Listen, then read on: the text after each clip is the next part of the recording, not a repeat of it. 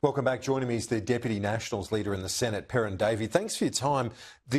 Let's start with the Press Club. Angus Taylor to give his address today. Should he give a bit more detail on what the plans are in terms of his commitment to lower tax? Well, I think I don't get privy to Angus's speech before he says it, but I certainly think that he will outline a clear picture of what we are bringing forward. But like any opposition, we will announce our policies prior to the next election in our own time, with enough time for people to be able to make a clear judgment call on who is going to better manage the economy. I mean, I believe we will better manage the economy. We will address the inflationary measures that, this current government, homegrown inflation, that's what everyone's calling it.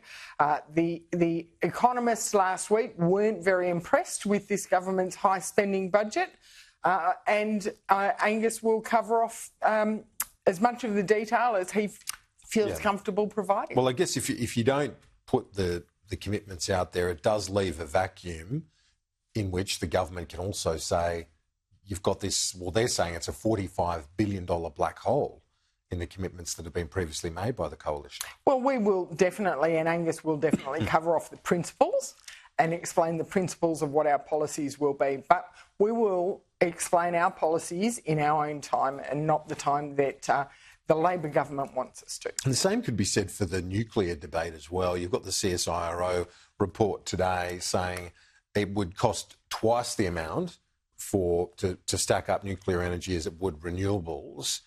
Again, without the detail out there by the coalition, does it leave these other various suggestions to take hold? The Gen Cost report, by their own admission, the CSIRO says it is written for investors. It's written with investors in mind, not with consumers in mind. Our policy is putting consumers front and centre.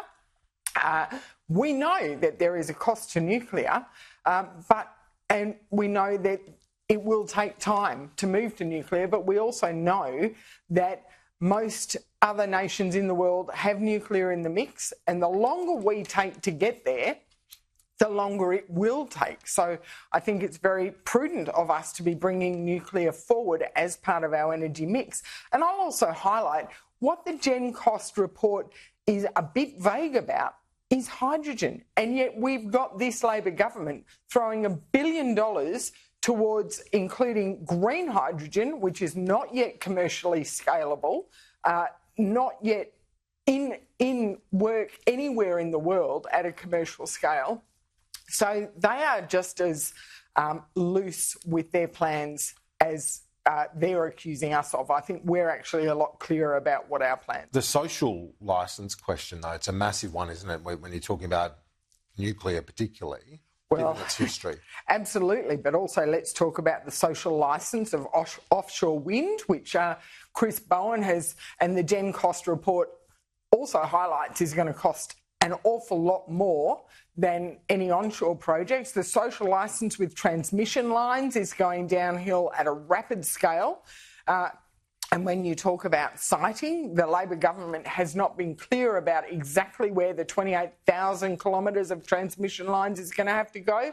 So, the social licence of renewables is starting to deplete. The International Criminal Court seeking arrest warrants for the three Hamas, the terrorist leaders of that group, plus the Israeli Prime Minister and Defence Minister. Is Australia, is it more prudent for them to be sitting on the fence as the Prime Minister is doing, that our leadership, as opposed to going hard on one side or the other? Well, I think it's quite incredible that they have equalised the actions of a democratically elected government responding to a sovereign threat to what was a terrorist event on the 7th of October. No one can say that that wasn't a terrorist attack by Hamas. Hamas is recognised around the globe as a terrorist organisation, and to put a president, democratically elected president, in the same basket as Hamas is actually quite incredible. And I'm very surprised that the Albanese government hasn't made that point and that differentiation. Kieran Gilbert, thanks for your time. I appreciate it. Thank you. Queensland Police have marked